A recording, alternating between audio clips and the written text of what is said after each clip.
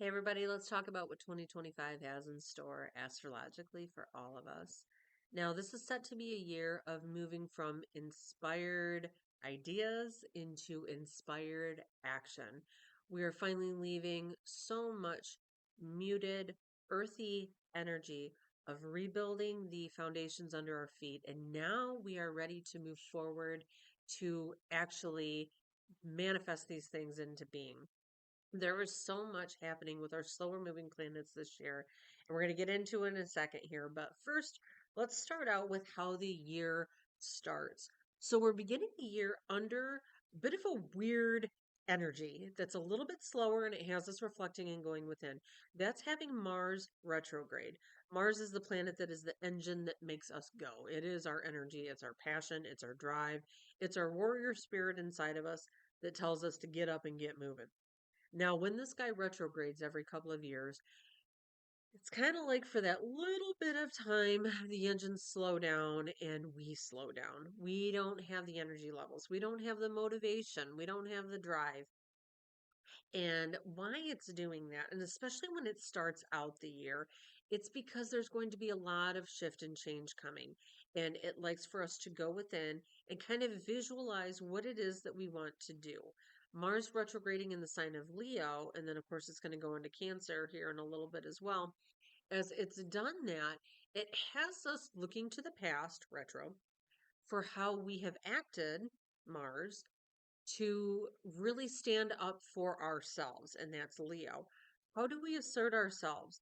How are we really making sure that our feelings are heard, our needs are met? Are we just letting people kind of passively, or are we passively letting people walk all over us? Leo has us asking those questions. How much are you standing in your personal power? How much are you standing true to doing what you need to do to be happy? And there's a lot of theme of that going on this year. So as Mars continues to retrograde until February 23rd, we're asking, what action do I need to take for this happiness? And then as it goes through this bit of Cancer too, Mars is looking for the actions that we take and how we stand up and assert ourselves with our family. Yes, straight to the point, right? Straight to the point. And there's a lot of energy that is happening with Cancer this year because of Jupiter moving into Cancer. There's a lot of focus on home and the family dynamic all together. Cancer deals with these things. Cancer rules the fourth house in astrology and it's ruled by the moon. So all these things are going to take on the same energy.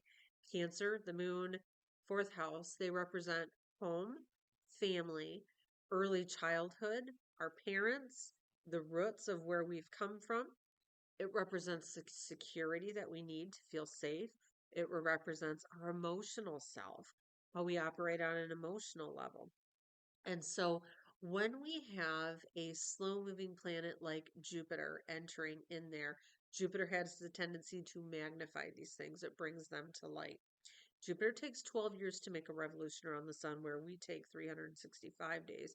So Jupiter hasn't been here for, let's see here, what was that, 2013? So 2013 was the last time it transited through. And so we kind of look back to themes that were happening in 2013 for us around our family. Those things, I always say history doesn't repeat, it just rhymes. So we might find that those similar types of energies are coming up.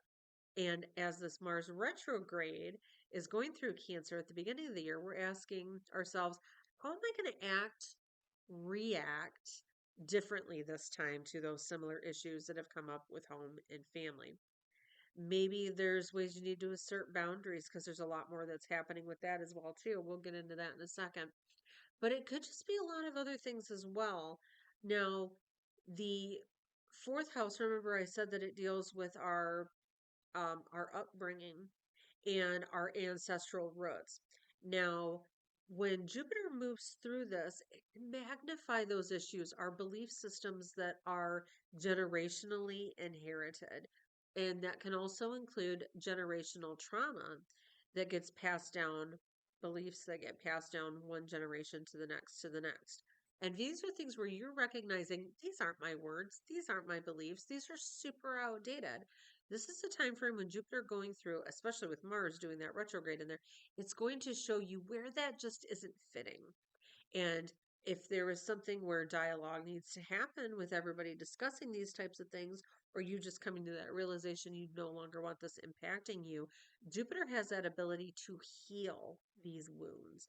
It has ability to fix the cracks. If you're wanting to repair relationships with family, this is such a beautiful time for that to be happening for all of us as Jupiter makes that transit into Cancer.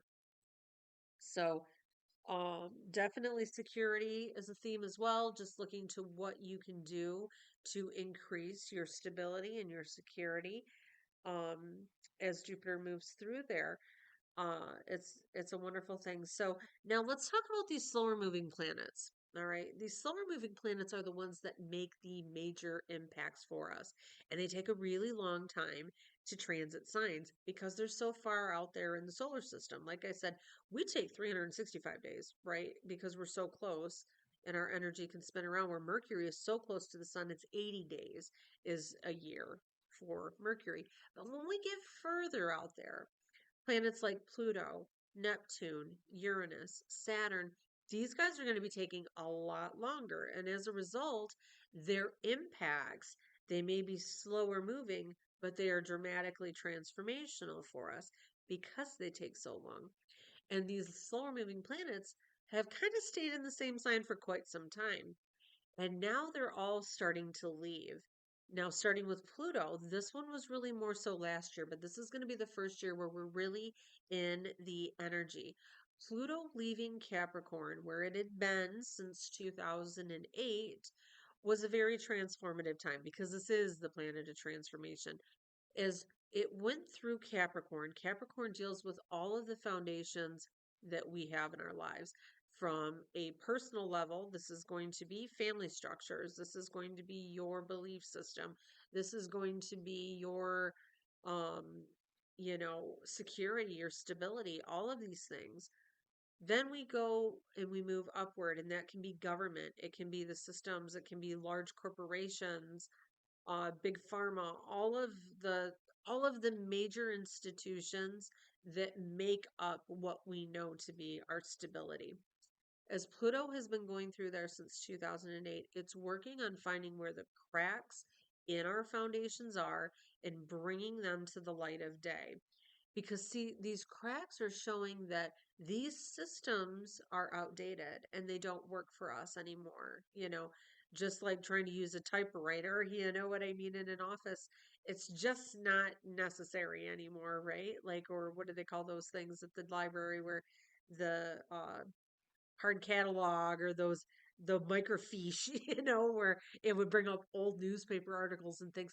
We don't need those technologies anymore. We don't need those things anymore because we have advanced. And that's the same with our government systems as well. Some of these things are outdated and maybe even tarnished. And Pluto has a way of saying, we need to remove this so the new can come in. And that's exactly what Aquarius is, that next sign that it had gone into. In this 250 years that it has taken for Pluto to make its revolution around the sun, last time it was there was at the American Revolution. And look where it is now. Look where we are as a country now as well. And like I said, history doesn't repeat, it just rhymes. So it's not saying we're going through an American Revolution, but we're going through an American reinvention just as much as we were back at that time frame. So I think we're going to be seeing a lot more transparency because those are the things that Aquarius asks for: authenticity, truth, transparency to come through. And that is happening on a personal level all the way up to a global level. We're seeing where monarchies are falling apart in different areas that it's not necessary anymore.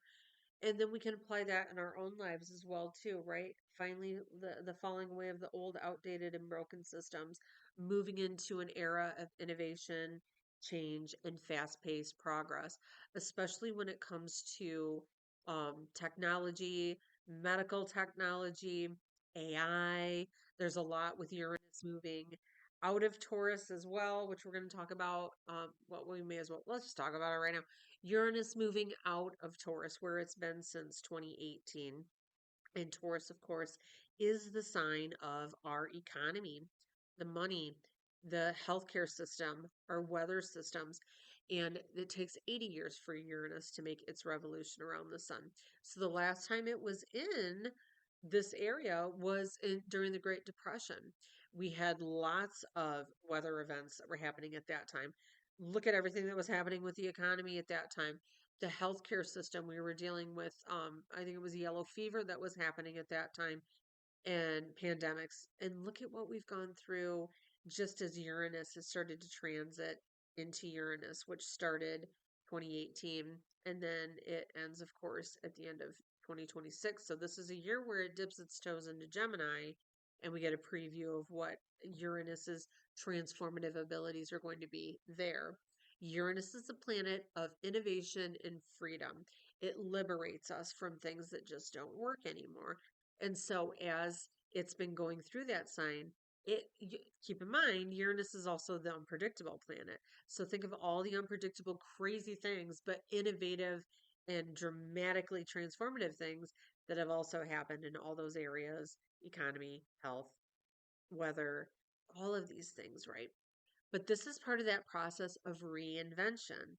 It's all part of making the new so it's fitting for where our society and where we are now.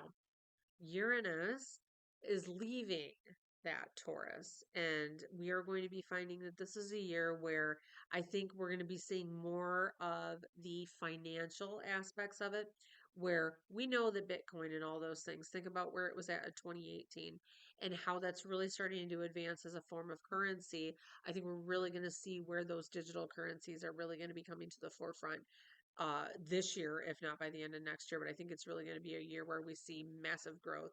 And the thing with Uranus is it happens unexpectedly and it can be in these unpredictable cycles. So we've seen where that Bitcoin and things have gone up and down. And I think we're going to be surprised at the dramatic highs that may be seen this year as well as it wraps up. As it moves into Gemini, Gemini is very much focused on AI, technology, social media, things along those lines, communications, um, all of these things, and mental health. I think we're going to see some massive advancements in the next 8 years as Uranus transits into Gemini and really radically transforming ways that we can communicate and relate with one another. Now, the other planets that we've got Neptune. Now, Neptune takes 220 years to make a revolution, and Saturn takes 30 years to make a revolution. Now, these two forces together, they are moving into the sign of Aries. Interestingly enough, at the same time. And that's pretty crazy because it's been a hot minute since these have been there, you know.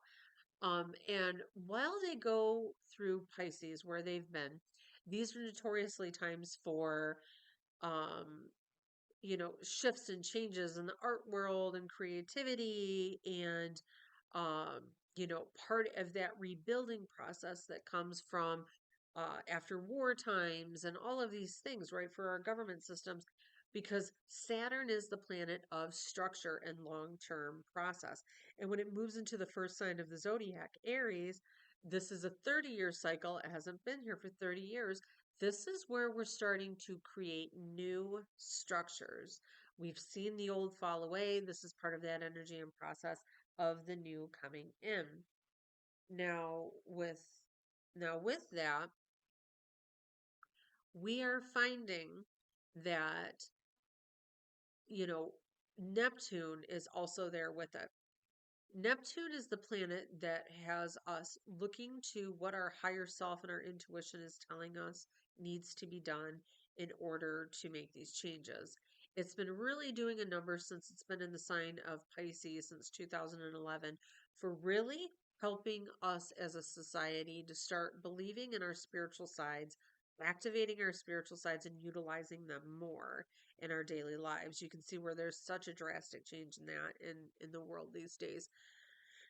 Now, as it has strengthened our spiritual self, now it's moving into Aries. And this is where we are taking the dreams that Pisces has shown us. It is the sign of dreaming this new world into being. And as it moves into Aries, this is where it's saying, let's get that motivation and desire to act on these long-standing dreams. not only do we have that ability to manifest it by dreaming it into being, Saturn, as it moves in there, is going to give us the ability to make it happen. So, making our dreams a reality is the best way to paraphrase Neptune and Saturn moving into Aries. And we get a preview of what that looks like this year as these planets uh, move into the sign for a little bit and they dip their toes into Aries. We're going to be seeing for about half of the year where this is going to make an impact for us for the next 14 years moving forward for this reinvention of making our dreams of personal levels all the way up to now another government. aspect that's going to be making an impact for us beyond these slow moving planets that are really starting to change the landscape of the world as we know it around us. Another aspect that's happening in 2025 is the Virgo and Pisces eclipses. Now, eclipses in astrology show us where some things are old and they don't work anymore, and we need to bring in new in order to kind of move forward in this new way. And we know we're going through this reinvention process as well.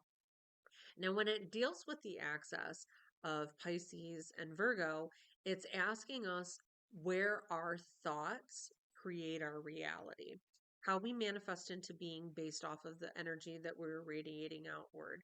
So, we're definitely finding that these time frames and these eclipses, when they're happening, are March 14th, March 29th, September 7th, and September 21st. At these time frames, you're going to see like a billboard where maybe there are some things that are saying that you need to, one, lean into what your intuition is telling you because there's just going to be no answers, no tangible answers for you to make your decisions based on. So you have to trust what your intuition and your higher self is telling you. Or to act on things, to actually get moving on things. That's what Virgo wants us to do, is to put plans into practical action. So we definitely see where these eclipses this year are going to bring that to light, bringing to us what it is we're dreaming for and how we're going to act, making it moving forward. It's also asking us how much we're over analyzing things. Are we worrying too much? Because that's what Virgo can do. It can overanalyze, it can over worry. And the antidote to worry is faith. And that's exactly what Neptune ruled Pisces likes for us to do, is to trust the universe, surrender, and go with the flow. So we definitely know that that is going to be a theme of this year as well with these eclipses. Now, the Mercury retrogrades that we have this year are going to be happening in Pisces, Leo, and Scorpio. So, definitely a year of communication issues for those signs where communication styles and dynamics are going to be coming to the forefront. The first one being March 14th to April 7th, that Pisces Mercury retrograde. That's definitely going to be have us looking to the past with where we may not listen to what our higher self is telling us or our intuition, or we discount it and then we regret that later. Those are those kinds of things where we look to the past where those things have happened. Leo is going to be having us looking, especially with that Mars retrograde starting out this year in Leo, really asking us, what do I need to do to take action to be happy? These things may reappear during that July 17th to August 11th timeframe where you need to discuss those issues again. They may come up. And then we have the last one, Scorpio, November 9th to November 29th. In that time frame, that's when those belief systems may come to the surface. Maybe that's more so focused on going within, doing more of that introspection, finding what it is that we want in terms of manifesting the world we want into being. Because we are still kind of in that holding tank this year. Um, as we really come up with the idea of what it is that we want so we can move forward. So that's definitely it. That's what we've got going on for 2025. I think it's going to be a wonderful year. I think it's going to be a year of recognizing the power that we really truly have inside of ourselves and the power to create a better reality, and that it's really at our grasp here. So, everybody, thank you so much for watching. If you want to see how these planets are impacting you specifically for your sign, I have made a list of, or a playlist here of how 2025 is going to be working for each of the signs. You can watch your sun, moon, and rising. I would highly advise watching those three to get a better idea and a picture for how it looks for you, especially your ascendant sign. That's going to really tell you which houses are being impacted this year with these energies. But if you want to see how your specific chart is being impacted, I have a link below where you can schedule a Zoom reading with me and we can go over those aspects. If this is a year where you really want to dig into astrology more and start understanding that and integrating that in your daily life, I've created a 2025 astrological planner that's a bit of a astrology 101 book. It's a little bit journaling, it's a little bit day by day planner that shows the astrological influences, tells you what the different moon cycles are, how to utilize them. It's a really awesome thing. I've got a link for that below as well. So everybody, thank you so much for watching, and we will see you next time.